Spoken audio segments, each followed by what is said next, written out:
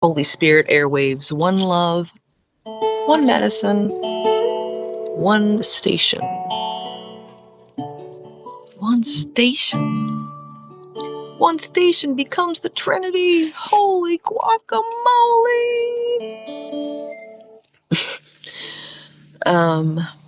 Trinity stations.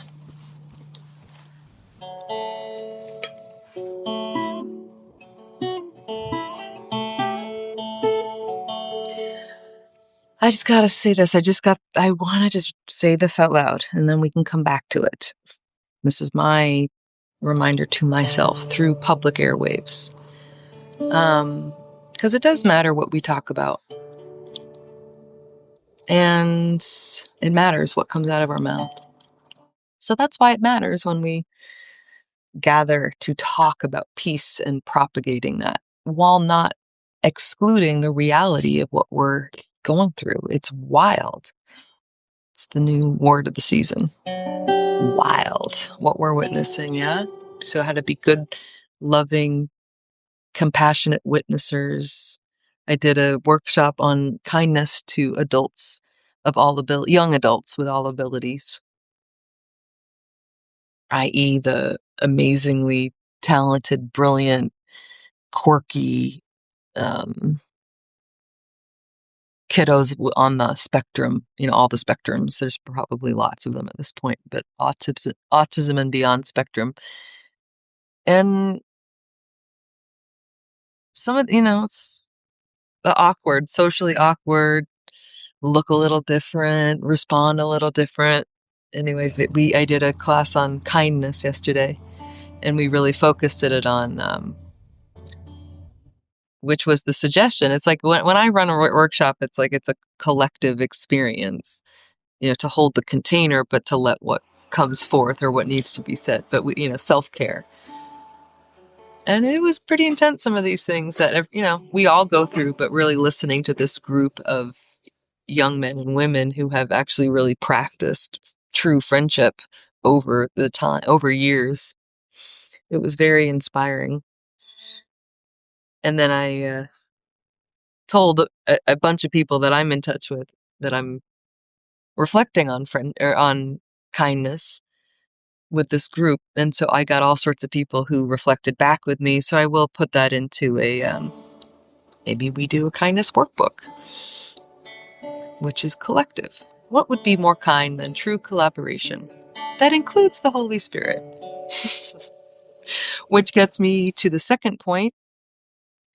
I just got word that, and I have not read the article. I am commenting before I've read the article so people understand how I choose, what lens I'm aware of when I choose to read different articles. So I want to bring that to the surface.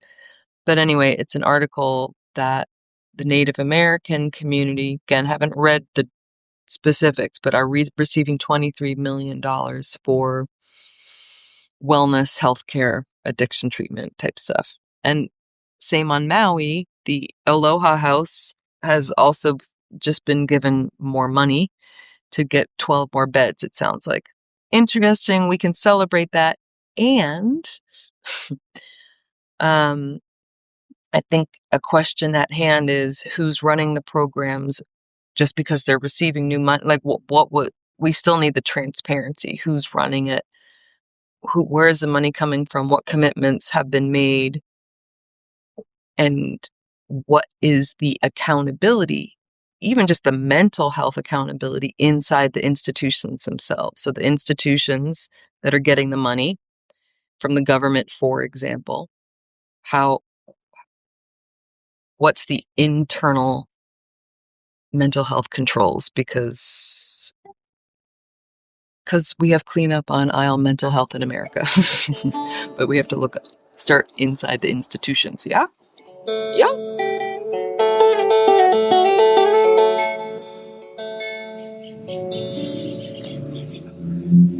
And I did see, a lot of, I witnessed through COVID a lot of this changeover in the the nonprofits, or looking like the city councils, like what true changeover happened during the last 5 years is good to ask ourselves, looking at any community.